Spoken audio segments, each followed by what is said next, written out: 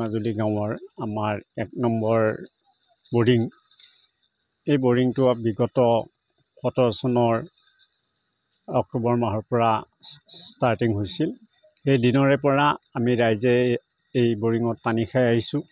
মাজত আমাৰ বহুত বিজুতিৰ আমি সন্মুখীন হ'লোঁ। যিজন ব্যক্তিয়ে এই মাটিখিনি দান কৰিছিল, সেই ব্যক্তিজনক আমি বিগত আৰম্ভণিৰ পৰাই 5 বছৰ তেখেতক অপাৰেটৰ হিচাপে দিলোঁ। যিহেতু আমি গৰীব ৰাইজ, দুখীয়া ৰাইজ, তেওঁ আমাৰ পৰা অধিক বেতন বিচাৰাৰ বিনিময়ত, তেখেতক দিব নোৱাৰাৰ বিনিময়ত তেখেতে আমাৰ পৰা নিজে আঁতৰি গৈছিল। আৰু সেই আঁতৰি যোৱা দিনৰে পৰা তেখেতে আমাৰ এই বৰিংটোৰ ওপৰত নানান ধৰণৰ বিজুতি সৃষ্টি কৰি আহিছে। আৰু সেই বিজুতি মৰ্মে এই বৰিংটো চাফ চিকুণ কৰিবলৈ আহিলে আমাৰ ৰাইজক নানান ধৰণৰ বেয়া ভাষা গালি গালাজ কৰে। সেয়ে আমি ৰাইজে উত্তেজিত হৈ কেইবাবাৰ থানাৰ ওচৰত চাপিলোঁ। থানায়ো আহি তেখেতক বুজাই বঢ়াই গ'ল। ডিমাকুছী আৰক্ষী চকী। তেওঁলোকে আহি তেখেতক বুজাই বাঢ়াই থৈ গ'ল, আমাৰ ৰাইজকো বুজাই বাঢ়াই থৈ গ'ল। গতিকে তেখেতে আকৌ পুনৰ সেই এটা কথাতে আহে, আকৌ ৰাইজক গালি গালাজ কৰে। আজি উপায়ন্তৰ হৈ আমি আকৌ আমাৰ পানী যোগান বিভাগৰ ইঞ্জিনিয়াৰ বা অভিযন্তাক মাতি আনি সেই কথাখিনি অৱগত কৰালোঁ। লগতে আমি আজি এই চেনেলকো এই কথাখিনি অৱগত কৰালোঁ।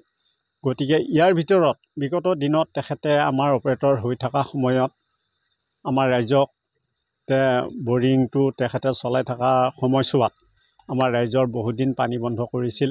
যে তেখেতক নিয়মীয়া আমি মাহৰ 1ৰ পৰা 5 তাৰিখৰ ভিতৰত যদি আমি বেতন দিব নোৱাৰোঁ, সেই সময়ত তেখেতে আমাৰ পানী বন্ধ কৰি ৰাইজক পানীৰ পৰা বিৰত ৰাখিছিল।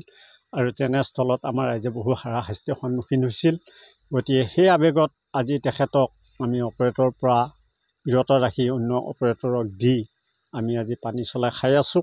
গতিকে ইয়াৰ মাজতো তেখেতে অভিযোগ কৰি আছে যে তেখেতক সেই অপাৰেটৰ পষ্টটো দ্বিতীয়বাৰ দিব লাগে। কিন্তু আৰু তেখেতে ইয়াৰ ভিতৰত কিছুমান বিশৃংখলিত কথা কয় যে তেখেতে যিখিনি ভূমি দান কৰিছিল সেইখিনি তেখেতে দান কৰা নাই। সেই ভূমিত বৰিংটো থকাৰ কাৰণে তেখেতে নানান ধৰণৰ গালি গালাজ ৰাইজক পাৰে। আৰু চৌহদৰ সন্মুখত তেখেতে তামোলৰ পুলি অন্যান্য গছ গছনি ৰুৱে, সেইখিনি চাফ চিকুণ কৰিবলৈ আহিলে ৰাইজক আক্ৰমণ কৰিব বিচাৰে। গতিকে আজি এই চেনেলৰ জৰিয়তে মই অলপ আপত্তি থাকিব সমূহ দৰ্শক যিবিলাকে এই চেনেলটো বা এই বাতৰিখিনি চাই, তেওঁলোকে যাতে ইয়াৰ ভাল দিহা পৰামৰ্শ দিব বুলি আমাৰ আশা থাকিব। আৰু অনাগত দিনত তেখেতে যাতে এইটো নকৰে, তাৰ কাৰণে তেখেতে সতৰ্ক হোৱাটো আমি বিচাৰিছোঁ। ঈদৰ সময়তো তেখেতে আমাৰ পানী বন্ধ কৰি ৰাখিছিল। এইটো ৰাইজে খুব আৱেগ পাইছে। মানুহ মৰা কাজতো বন্ধ অন্যান্য কাম কাজত তেখেতে আমাৰ এই বিজুতিটো আনিছে। এই স্কিমত এটা ৰাইজৰ মাজত আৰু যিহেতু ভূমি দাতা মাজত অলপমান কিবা এটা ধৰক ভুল বুজাবুজি সৃষ্টি হৈছিলে, বুজিছে। তো মোক খবৰ দিওঁতে মই আহিলোঁ, ৰাইজৰ লগত বহিলোঁ। খুব ধুনীয়াকৈ দেখিলোঁ যে কাৰো একো ভুল নাই, ভূমি দাতাও ঠিকে আছে, ৰাইজেও ঠিকে আছে। খালি মাজত এটা ধৰক তেখেতৰ অলপ দিন আগতে ল'ৰা ঢুকোৱা বুলি কৈছে। ল'ৰা ঢুকোৱাৰ পিছত তেওঁৰ অলপ মানসিক ভাৰসাম্যৰ হেৰি হ'ল। সেই হিচাপত তেওঁ ৰাইজক গালি চালি কিবা কিবি কৰি মেলি দিছে। ৰাইজেও ধৰক চবতো ইমান বুজা মানুহ নাথাকে ন, তাৰমানে কিছুমান বেয়া পাই গৈছে, কিবা কৰিছে। তো মোক ক'লে যে এনেকুৱা আমাৰ বহুত দিগদাৰ হৈ আছে, স্কিম চলাবলৈ প্ৰব্লেম কৰে, ৰাইজে চলাব নিদিয়ে, গালি দিয়ে। ঠিক আছে, মই চাই আহিছোঁ।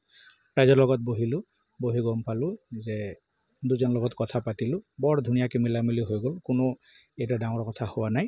এতিয়াৰ পৰা তেখেতক মাজতে হাতাই দিছিলে অপাৰেটৰৰ পৰা, আকৌ তেখেতক অপাৰেটৰ দিব। তেওঁ মোক কথা দিছে যে মই ধুনীয়াকৈ যিটো গাইডলাইনৰ কমিটিৰ গাইডলাইন আছে সেইটো মানি পেলাই চলি থাকিব, ৰাইজে তেওঁৰ লগত থাকিব। আৰু এতিয়াৰ পৰা আশা ৰাখিছোঁ যে বৰ ধুনীয়াকৈ নিয়াৰিকৈ চলি থাকিব। ওলাব আহিলে ইয়াতে যে কাৰোবাৰ গাত লাগিব, মিছেছৰ পেটিকোট, হাফ পেণ্ট, ব্লাউজ এইবিলাক আনি থৈছিল ইয়াতে। তাৰপৰা ক'ব সেইটো যদি ছাইড কৰি দিয়া যায় আকৌ কাজিয়া কৰে, জাহা তাহা গালি পাৰে। মোৰ মিছেছৰ মুঠ খাই আছে এই বৰিঙৰ যোনে পানী খাই আছে তেওঁলোকে মোৰ মিছেছৰ পেচাব খাই আছে বুলি কয়। তাৰপিছত আৰু যিমান পানী খাই আছে চব পগলা কুকুৰ। এই গতিকে মোৰ এইটো দাবী থাকিব। আৰু আজি কৈছে তেওঁ যে এই বৰিঙৰ পানী দি যিমান মানুহ মৰি গ'ল গা ধোৱালে, সেই গা ধোৱা পানীটো মোক ভাড়া দিব লাগিব। এইটো মই পিছত হ'লেও মোক ভাড়া দিব লাগিব, এইটো মোৰ দাবী থাকিল বুলি কৈ আছে। একদম হাচাৰ কিয়া মততো বোলে এই হেৰিটো দিব লাগিব। মৰা মানুহৰ যি গা ধুৱালে, মৰা মানুহক যিটো এই পানী যে গা ধুৱালে, সেইটো তেওঁৰ দাবী থাকিল। তেওঁ এতিয়া আমি বলীয়া কুকুৰ বুলিয়ে ক'ব লাগিব তেখেতক। তেওঁ যি মুখত আহে তাকে কয়। কোন আছে, কোন মানে কি আছে, কাক কৈছে হেৰি নাই। তেখেতৰ নাম ফজনুৰ আহমেদ।